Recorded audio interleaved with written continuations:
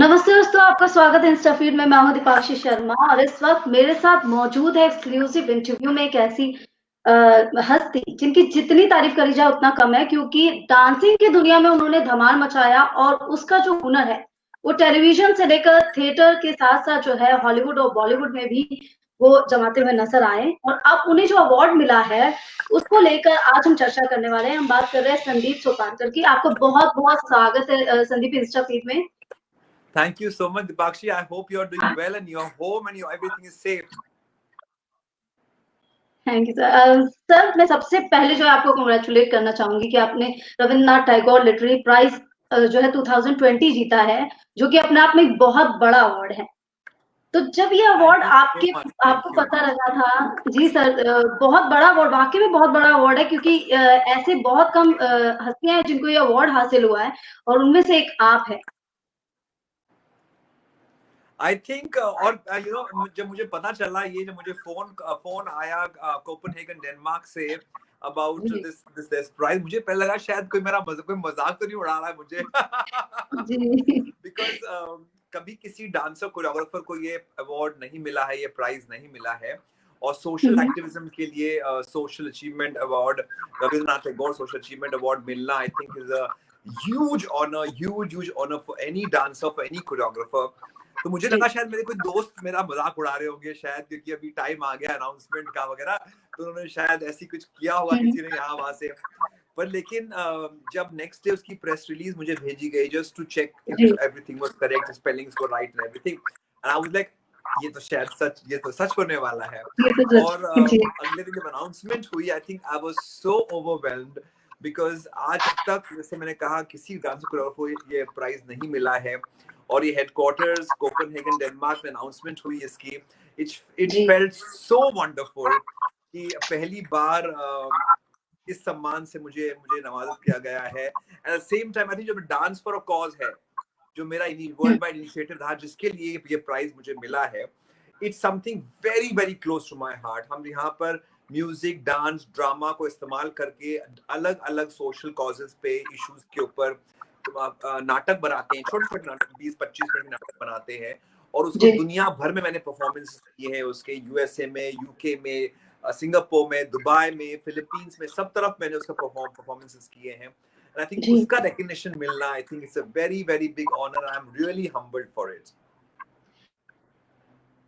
तो संदीप, किस तरीके के जो है आपने जैसे कहा कि सोशल इश्यूज को जो है आप अपने एक डांस के फॉर्म में जो है लोगों के सामने प्रेजेंट करते थे, तो अब तक कौन कौन से इश्यूज आप जो है वो उठा चुके हैं? ये मैंने शुरुआत जो की थी, मैं उसकी बताता हूँ आपको। 2008 में मैंने पहला शो किया था इसका। इसकी ओपनिंग बहुत खूबसूरत में हमें मिली थी। वर्ल्ड इकोनॉमिक फोरम दावोस में हमने इसका पहला शो किया था, और हमारे को सपोर्ट मिला था from PETA, the international animal right organisation, और परमेश्वर गोदरेज जी ने मुझे हेल्प किया था इसको वहां ले जाने के लिए।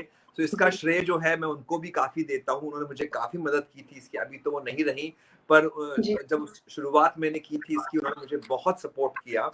और मेरी एक्स वाइफ जसी रंधावा, हमने परफॉर्मेंस किया था सेव द टाइगर के ऊपर, जो हमारा हिंदुस्तान का नेशनल एनिमल है।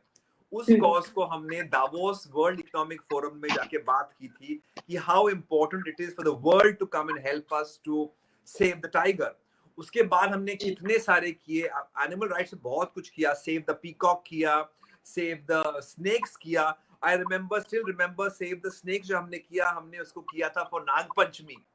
और हमने कहा था नाग पंचमी में हम लोग सांप को दूध पिलाते हैं, और सांप जो है वो दूध नहीं पीता। सांप की उम्र कम हो जाती है अगर हम उसको गलत चीजें उसको पिलाते हैं। और जो सांप है वो परफॉर्मेंस नहीं करता, परफॉर्मेंस हम इंसान लोग करते हैं। तो उसका हमने किया था कि don't use snakes as a way of performance and as entertainment, and use them for worship but don't use them for entertainment करके हमने बहुत किए। We did for AIDS, we did for orphan children, we have done for taking care of the elderly, for organ donation, for drug abuse, for domestic violence। इतने सारे issues के ऊपर हमने बात की है through Dance for a Cause। और उसको 2017 में गवर्नमेंट ऑफ इंडिया ने नेशनल एक्सीलेंस अवार्ड भी दिया। और 2018 में जब हमने 10 साल खत्म किए डांस फॉर अ कॉज के, तो भूटान गवर्नमेंट ने हमें उसके ऊपर एक पोस्टेज स्टैम्प भी इशू किया। तो इस डांस फॉर अ कॉज को बहुत दुनिया भर से हर जगह से सम्मान मिला है। यूनाइटेड नेशंस के हेडक्वार्टर्स न्यूयॉर्क में मैंने जाके परफॉर्मेंस भी किया था डांस फॉर अ कॉज के लिए। तो आई थिंक जहां जहां पे मैं गया, क्योंकि हम लोगों ने अलग अलग कॉजेस के बारे में बात की, जो कॉज है वो हिंदुस्तान की कॉज नहीं है, कॉज जो है वो दुनिया भर की कॉज है। जहां पे हम डोमेस्टिक वायलेंस की बात करते हैं वो केवल हिंदुस्तान में नहीं, वो हर जगह पे मिलेगा आपको। ड्रग्स जो है वो सब तरफ है, केवल बॉलीवुड में नहीं है, ड्रग्स सब तरफ है। तो ड्रग को किस तरह से हम लोगों को बाहर निकलना चाहिए, किस तरह से हमें हेल्प करेगा, ये सब चीजें जो है ये मैं डाल करके हम लोग डांस ड्रामा बनाते हैं और सब तरफ परफॉर्म करते हैं। और उसको टैगोर सम्मान मिलना I think is the biggest honour. And I am so thankful to the committee of the Tagore prize, जिन्होंने ये सोचा कि एक डांसर को, एक डांस फॉर अ कॉज को इस साल सम्मानित करना चाहिए। हमेशा से सोशल वर्कर्स को मिलता रहा है, हमेशा से जो लोग लिखते हैं उनको मिलता, राइटर्स को मिलता रहा है, और ऑफ कोर्स जो बड़े बड़े चैरिटी ऑर्गेनाइजेशंस हैं, इस साल जो मैंने अवार्ड्स, मेरे साथ जो मेरे को अवार्डी हैं वो किंग ऑफ ओमान जो अभी नहीं रहे, जनवरी में उनका देहांत हो गया, उनको मिला है। सो उन्होंने काफी चैरिटेबल उनकी ऑर्गेनाइजेशन है, वो लोग ऑर्गेनाइज करते हैं। तो बड़े बड़े लोगों को मिलता है, बड़े ऑर्गेनाइजेशंस को मिलता है। इस साल उन्होंने एक डांस फॉर अ कॉज को दिया है, एक डांसर को दिया है। तो आई am really very touched, very humbled. Sandeep, वैसे बनता भी है, क्योंकि जिस तरह से आपने बताया कि इतने सारे सोशल इश्यूज जो है आपने उठाए, जो कि सिर्फ एक सीमा तक जो है वो दायरे में नहीं रहा था, बल्कि ये जो परेशानी है, ये जो मिथ है, बहुत सारे लोगों के अंदर उनके दिमाग के अंदर है, तो बहुत जरूरी था कि उसको बाहर निकाल के लेके आना और उसके साथ साथ उस पर काम करना। लेकिन आपने जिस तरह से उसको लोगों के सामने पेश किया है एक डांस के फॉर्म में, तो ऐसे में ये सम्मान जो आपको मिला है वो बिल्कुल ही बेहतरीन और बहुत ही ज्यादा खूबसूरत मिला है। तो संदीप, जब आपने पहली बार, मुझे मेरा हमेशा से ये मानना रहा कि जो डांसर है वो केवल एंटरटेनमेंट नहीं करता। जी, हम लोग हमेशा डांसर को एक एंटरटेनर के तौर से देखते हैं, एंटरटेनर के रूप में देखते हैं कि मजा मस्ती करना हो, कुछ फन एक्टिविटी करनी हो, डांसर को बुला लो। बट डांस जो है वो एंटरटेनमेंट तो जरूर है, पर उसके साथ साथ में एजुकेशन भी है और एनलाइटनमेंट भी है।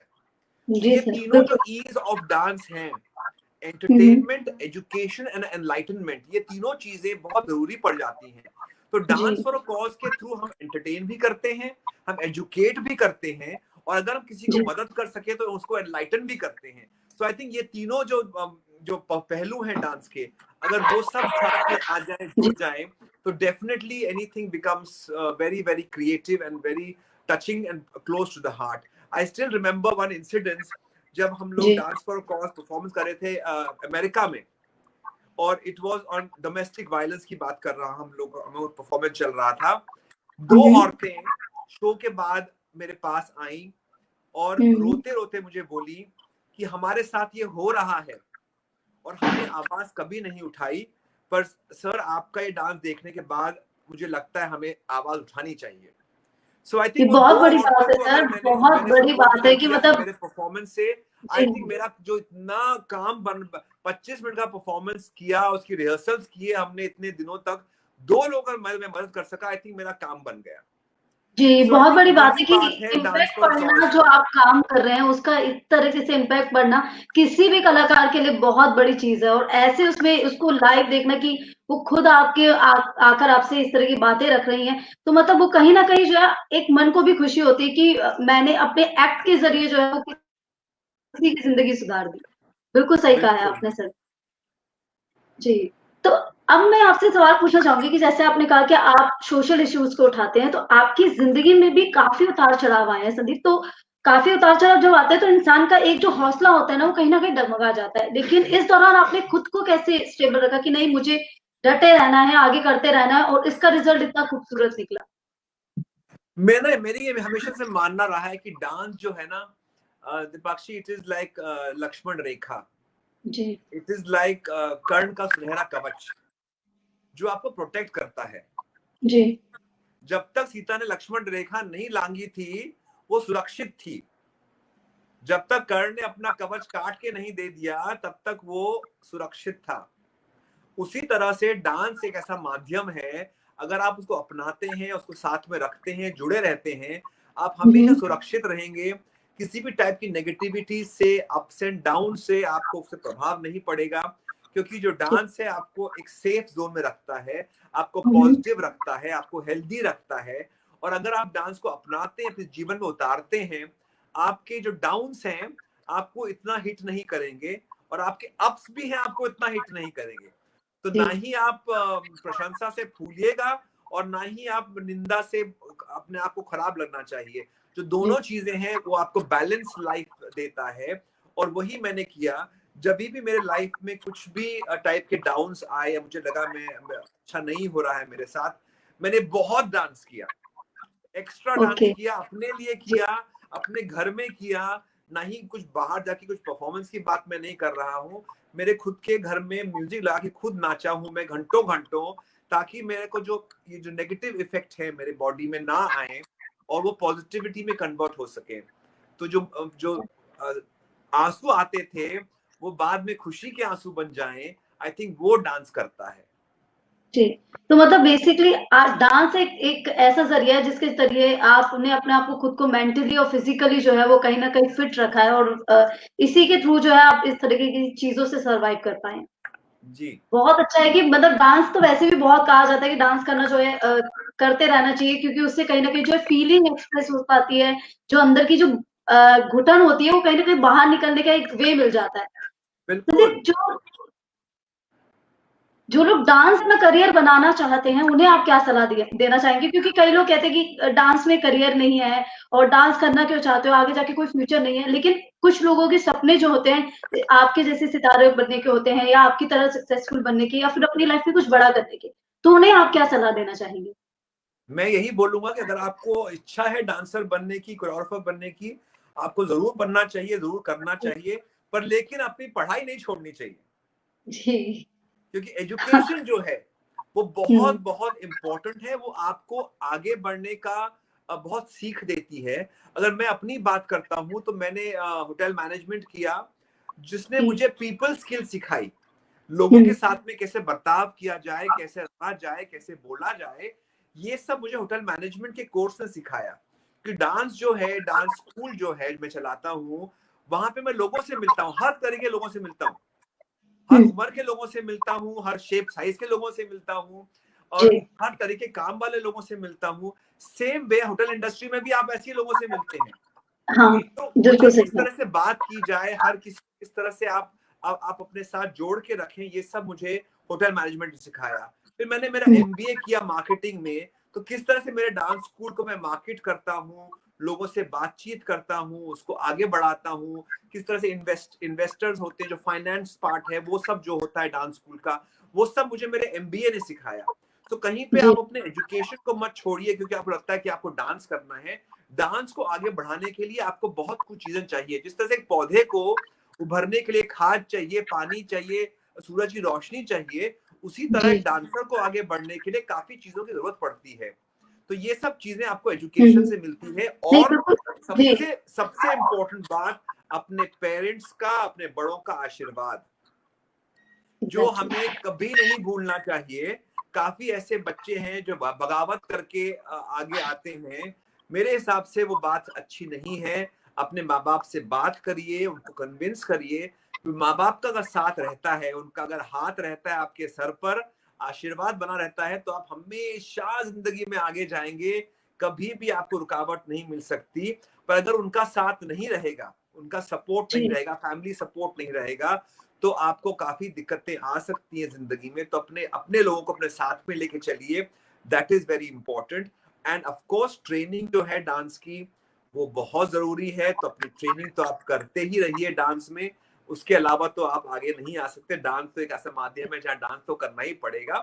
But I think most important बात जो है, आपको एक रियलिटी शो के प्रति जो एम है वो निकाल के डांस को अपनाना, वो जरूरी पड़ जाता है। रियलिटी शो आज चल रहे हैं, 15 साल पहले कहाँ थे रियलिटी शोज, अभी चल रहे हैं, 10 साल बाद शायद वो भी ना रहे हैं, कुछ और नया आ जाएगा। तो आपके जिंदगी में डांस जो है वो डांस के तौर पे रहना चाहिए, ना कि एक रियलिटी शो को आप लक्ष्य बना के आगे जाएं, बिकॉज उससे फिर आपका जो एम है वो सॉल्व नहीं हो सकता. It's important that you take embrace dance in your life, and that is what will take you ahead.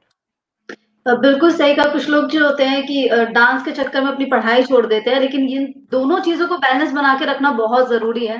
लेकिन लॉकडाउन के वक़्त जो है ना, कई लोगों की प्रोफ़ेशनल और पर्सनल लाइफ़ काफ़ी ज़्यादा इफ़ेक्ट हुई है। संदीप, तो आपकी किस तरह से पर्सनल और प्रोफ़ेशनल लाइफ़ इफ़ेक्ट हुई है इस लॉकडाउन में? क्योंकि बहुत लोगों को मुझे हुई है। लॉकडाउन तो बहुत मुझे मजा आया लॉकडाउन में. ओह! अच्छा, तो फिर क्या-क्या इतने चीज़ें आपने सालों की से बेसिकली? इतना ट्रैवल में कर रहा था कि जी। अभी कुछ 6-8 महीने मैंने मेरे पेरेंट्स के साथ में बिना कुछ वरी के गुजारे हैं. जी। इतना अच्छा लगा, सारे घर वाले एक साथ बैठे हुए थे, हुँ, पुरानी हुँ। बातें करना, कुछ बना के पकवान एक दूसरे को खिलाना और बचपन की बातें करना. मेरे बच्चों को मेरे माँ बाप मेरी बचपन की बातें बता रहे थे. इतना अच्छा लग रहा था कि अभी जब लॉकडाउन खुल गया है और मेरे पेरेंट्स हुँ, वापस हुँ। अपने उनके घर चले गए हैं, मुझे लगता है शायद लॉकडाउन हो जाए फिर से तो कितना अच्छा रहेगा कि कम से कम अपने घर वालों के साथ जो मुझे समय नहीं मिला, मुझे जी। वो मिलने का मौका मिला. और दूसरा आई थिंक नया माध्यम जो है, जैसे हम लोग आज बात कर रहे हैं जी। इंटरनेट के डिजिटल। जरिए, हुँ, इस हुँ। जरिए से मैंने लोगों को बहुत एनजीओस को मैंने ऑनलाइन डांस क्लासेस दिए. तो मुझे लगा ये नया माध्यम है डांस सिखाने का जो शायद मैंने कभी एक्सपीरियंस नहीं किया था, हमने से किसी ने एक्सपीरियंस नहीं किया था. जी, आपने भी बिल्कुल शायद ये नहीं। इंटरव्यू का माध्यम हाँ, एक्सपीरियंस कभी नहीं किया होगा. जी। सो हाँ जी, it's a sir. New normal. और ये न्यू हुँ, नॉर्मल हुँ। जीने में with open arms I think we all should accept it and embrace it. तो मैंने वो किया एंड आई थिंक काफी कुछ सीखा मैंने इस लॉकडाउन में. और जी। आई थिंक जिंदगी में हमेशा सीखते ही रहना चाहिए. कैन यू इमेजिन, हम लोग कल परसों बात कर रहे थे, अगर ये पेंडेमिक 1970s या 80s में आया होता, जहाँ इंटरनेट नहीं था, बहुत स्मार्टफोन्स दिक्कत नहीं हो थे, कंप्यूटर नहीं जी, था, तो जी। हमारा क्या हाल होता देखिए. बहुत दिक्कत हो पहले जाती जमाने है। में बोलते थे रोटी कपड़ा और मकान इंपॉर्टेंट है. जी। हुँ। अभी रोटी इंपॉर्टेंट है, कपड़ा 2 जोड़ी में हम लोग घर में बैठ सकते हैं.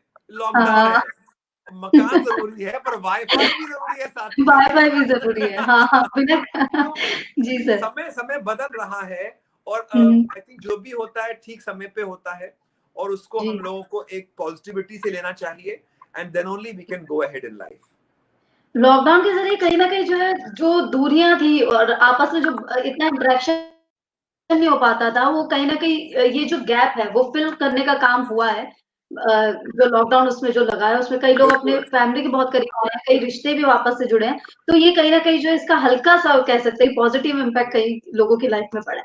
तो देखो, आने वाले प्रोजेक्ट्स के बारे में हम बात करना चाहें तो आपको फैन्स जो है, जैसे ये बहुत बड़ी बिग न्यूज़ आपने अपने फैन्स को बताई है। अब ऐसे कौन-कौन से अगले प्रोजेक्ट्स में जो है वो आपको देख सकते हैं या फिर आपसे कनेक्ट हो सकते हैं?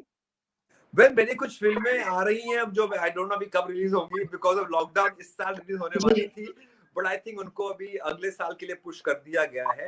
ओके। 3-4 फिल्में हैं जो रिलीज होना चाहिए. I honestly have lost 3-4 songs because hmm, कुछ हुँ। लोगों ने कहा हम वो ग्रुप डांसर की शूटिंग नहीं करना चाहते, तो कुछ गाने हम मैंने आई लॉस्ट आल्सो. बट जो हुँ, हुँ। अपकमिंग फिल्म्स हैं वो नेक्स्ट ईयर रिलीज होंगी. कुछ मेरे स्टेज शोज हैं. एक मैं शो कर ओके, रहा हूँ फॉर थिएटर शो कर रहा हूँ विद हेमा जी कॉल्ड नमामि गंगे, जो अभी हमने ओके। शुरू किया था जनवरी हुँ, हुँ। फरवरी में. अभी लॉकडाउन के कारण बंद हो गया था बट फिर से हम लोग शुरू करने जी। वाले हैं उसको. और एक हुँ, और हुँ। शो है life of Karna called death conqueror Karna, जो मृत्युंजय बुक के ऊपर उसका रीमेक इंग्लिश में हाँ। रीमेक हुआ है. तो हुँ, हुँ। वो भी प्ले शुरू होने वाला है बाय जनवरी. सो काफी स्टेज पे देखेंगे आप, मेरी कोरियोग्राफी काम भी देखेंगे एंड आई होप 2021 जो आएगा वो अच्छाइयां लाए सबके लिए, हम मेरे लिए जी। नहीं बल्कि सबके लिए खुशहाली लाए. And I think things should get back to the old normal. Exactly. मैं तो ये चाहती हूँ कि वापस से ये चीज़ पटरी पे आ जाए सबकी लाइफ़ और आपके शोज़ भी जो है वो खुद लोग थिएटर में जाके देखें ताकि वो बिना इस महामारी के डर के वो वापस से सब चीज़ नॉर्मल हो जाए जिस तरह से पहले थी। अब मैं आपसे ज़्यादा से एक आखिरी सवाल पूछना चाहूँगी संदीप कि टेलीविज़न में की दुनिया में आपने भी कदम रखा, जज आप रह चुके हैं। उसके बाद जो है कई फ़िल्मों का हिस्सा भी आप बन चुके हैं, थिएटर आर्टिस्ट भी रह चुके हैं। तो सबसे ईज़ी वर्क आपको कौन-सा लगा और किसमें सबसे ज़्यादा आपको मेहनत लगी कि ये काम बहुत टफ है, बाकियों के मुकाबले सबसे ज़्यादा इसमें मेहनत लग Oh रही है? my God! ये तो बड़ा टफ क्वेश्चन पूछ लिया आपने। मेरे हिसाब से दीपाक्षी हर एक फील्ड जो मैंने किया, it's been very difficult because हर माध्यम जो है वो अलग माध्यम है। स्टेज का कोर्स मैंने शुरुआत से स्टेज ही किया था, तो स्टार्टिंग में मुझे वो मुश्किल लगता था डांसिंग के लिए, पर अब जब बाद में डांस को एक्टिंग में बदला तो अगेन मुश्किलें आई। फिर जब कोरियोग्राफी करने लगा तो डांस को पार्ट्स में देखना पड़ा, कट्स में देखना पड़ा, तो उसको कैमरा एंगल्स, मूवमेंट, लेंसेज वो सब सीखने पड़े, तो उसमें मुश्किलें आई। फिर मेरा रेडियो शो आया था पिछले साल, आओ ट्विस्ट करें, तो उसमें किस तरह से आप आवाज से खेलते हैं उसको सीखना पड़ा। तो हर जगह पे कहीं ना कहीं पे जब मैंने भाग लिया है, मुझे हमेशा कुछ ना कुछ नया सीखने को मिला, और मुझे बहुत तकलीफ हुई बिकॉज मैं I think I am a slow learner, और मुझे सीखने में हर टाइम लगता है। काफी ऐसे लोग मैं जानता हूँ जो बहुत फटाफट सीख लेते हैं, पर मैं थोड़ा आराम से सीखता हूँ, तो मुझे काफी समय लगा ये चीजें सीखने में। एंड टुडे जब लोग तारीफ करते हैं चीजों की, मुझे अच्छा लगता है कि कहीं ना कहीं हमारी मेहनत जो है वो रंग लाई और लोगों ने उसको पसंद किया है।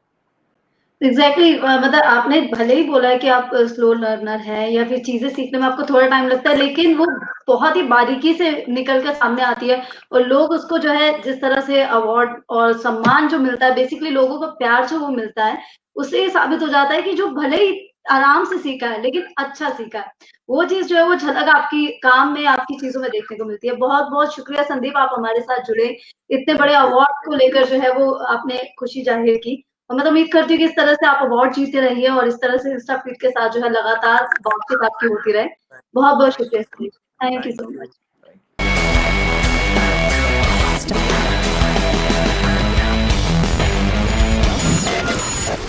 InstaFeed